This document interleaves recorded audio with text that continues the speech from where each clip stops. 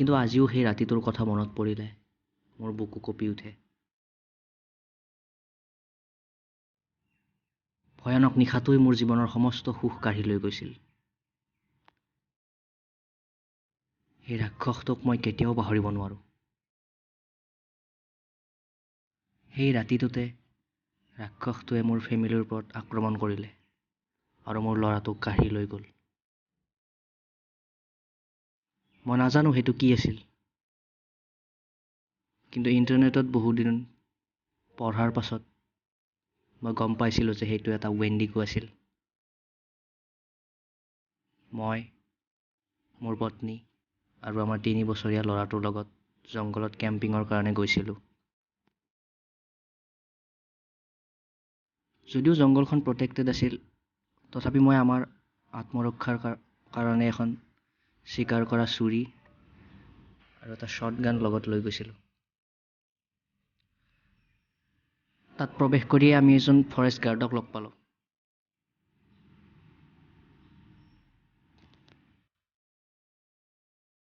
তেওঁক দেখাত বহুত চিন্তিত যেন লাগিছিল। মই ভাবিলোঁ মোৰ শ্বটগানটো দেখি সেইটো চাগে তেওঁ লৈ ল'ব, কিন্তু তেওঁ সেয়া কৰাৰ সলনি মোক জংঘলত সাৱধানে থাকিব ক'লে আৰু আমাক কেম্পলৈ তেওঁ আমাক আগবঢ়াই থৈ গ'ল। কেম্প ছাইট পোৱাৰ পিছত আমাক মানুহবোৰে তাত কিছুদিনৰ পৰা বহুতে ৰাতি কিছুমান ভয় লগা শব্দ শুনাৰ লগতে এটা আচৰিত ধৰণৰ জন্তু দেখা পোৱা বুলি জনালে। মই কথাখিনি চিৰিয়াছলি নল'লোঁ। ভাবিলোঁ আমাৰ লগত চাগে কোনোবাই ধেমালি কৰিছে আৰু আমাক ভয় খুৱাবলৈ এইবোৰ কথা কৈছে। কিছু সময় পাছত আমি কেম্প লগাবলৈ ভাল ঠাই এটুকুৰা বিচাৰি পালোঁ। তাতে কেম্প লগাই আমি জুই একুৰা ধৰি ল'লোঁ। তাত কিছু সময় থাকি খোৱা লোৱা কৰাৰ পিছত মোৰ পত্নীয়ে ক'লে যে ব'লা এবাৰ জংঘলখন চাই আহোঁ।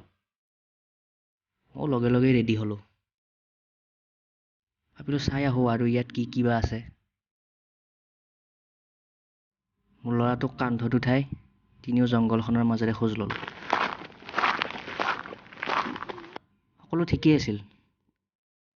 ঠিক তেনেতে আমি কিছু দূৰত কিবা এটা দেখা যেন পালোঁ। দূৰৰ পৰা ভালদৰে ধৰিব নোৱাৰি আমি ওচৰলৈ গ'লোঁ। গৈ তাত মাটিত কিবা এটা বস্তু চোঁচৰাই নিয়া চিন দেখিবলৈ পালোঁ। লগতে দেখিলোঁ এঠাইত তেজৰ চিন। চিনটো দেখাত এনেকুৱা আছিল যেন কোনোবাই ডাঙৰ জন্তু এটাক তাৰ শিঙত ধৰি চোঁচৰাই লৈ গৈছে। সেইবিলাক দেখি আমি ভয় খালোঁ আৰু লগে লগে কেম্পলৈ ঘূৰি আহিলোঁ। জুইকুৰা ভালদৰে ধৰি আমি টেণ্টৰ ভিতৰত সোমালোঁ। অলপ সময় পাছত মোৰ ল'ৰাটোৰ টোপনি আহিল। আমাৰো ভাগৰ লগা কাৰণে অলপ কথা পতাৰ পিছতে আমাৰো টোপনি আহিল। ঠিক 2 ঘণ্টামান পাছত কিবা এটা শব্দত মোৰ টোপনি ভাঙিল। শব্দটো এনেকুৱা আছিল যেন ক'ৰবাত দূৰত কোনোবা সৰু ল'ৰাই যেন কান্দি আছে। মই তৎক্ষণাত উঠি বহাৰ লগে লগেই টেণ্টৰ ভিতৰৰ পৰাই বাহিৰত কিবা এটা ছাঁ দেখা যেন পালোঁ। সেই ছাঁটোৰ মূৰটো দেখিবলৈ প্ৰায় এটা পহুৰ দৰেই আছিল। মই ছাঁটোক ভালকৈ চাই দেখিলোঁ সেইটো কোনো পহু নহয়, কাৰণ সেই বস্তুটোৰ 2খন ভৰি আছিল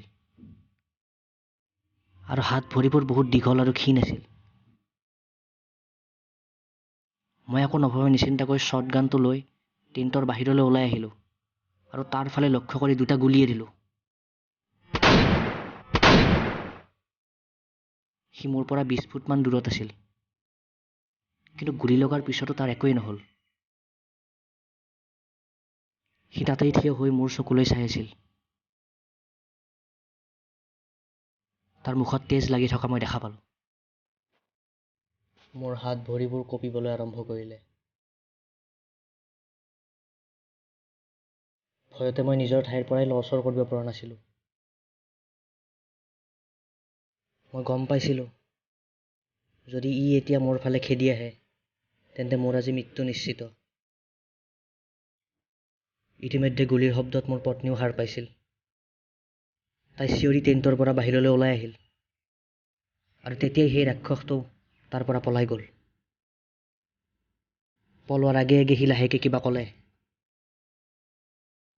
মই ভালকে বুজি নাপালোঁ সি কি ক'লে, কিন্তু সি চাগে কৈছিল মোক আৰু সৰু বাচ্চা লাগে।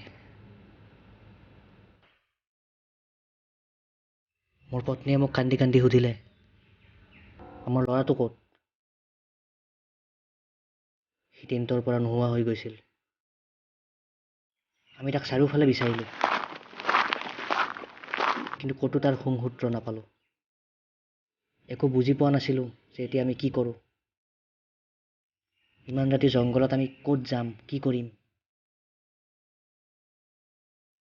ৰাতিপুৱা হোৱাৰ লগে লগে আমি দৌৰি দৌৰি ফৰেষ্ট ৰেঞ্জাৰৰ ওচৰলৈ গ'লোঁ আৰু তেওঁক গোটেই ঘটনাটো জনালোঁ। তেওঁ এবাৰো আমাৰ কথাত সন্দেহ নকৰিলে। তেওঁ মোৰ ল'ৰাক বিচাৰিবলৈ 2টা চাৰ্চ পাৰ্টি বনালে।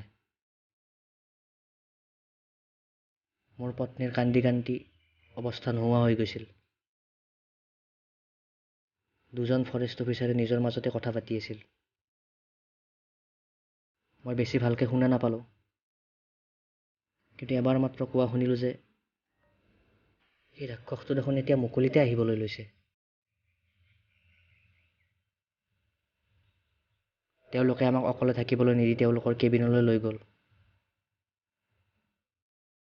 তাত এজন অফিচাৰৰ লগত আমি 3 দিন থাকিলোঁ।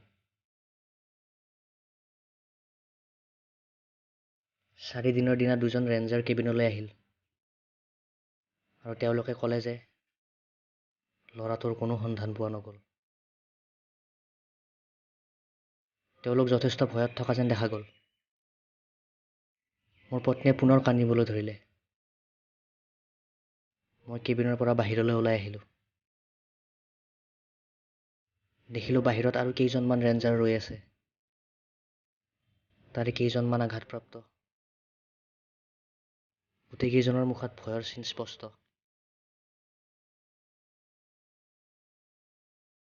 সেই আঘাত কেনেকে পালে, কিয় তেওঁলোক ভয়ত আছে, কি কথা, তেওঁলোকে মোক একো নজনালে। মোৰ কাৰণে সেই সময়ত সেইবোৰ জনাৰ একো উদ্দেশ্যও নাছিল, কাৰণ মোৰ কাৰণেতো মোৰ গোটেই পৃথিৱীখনেই শেষ হৈ গৈছিল। মোৰ মৰমৰ সন্তানক মই সেই ৰাক্ষসটোৰ হাতত হেৰুৱালোঁ। আপোনালোকেও যদি জংঘলত কেম্পিং কৰিব যায়, তেনেহ'লে সৰু ল'ৰা ছোৱালীক কেতিয়াও লগত নিনিব।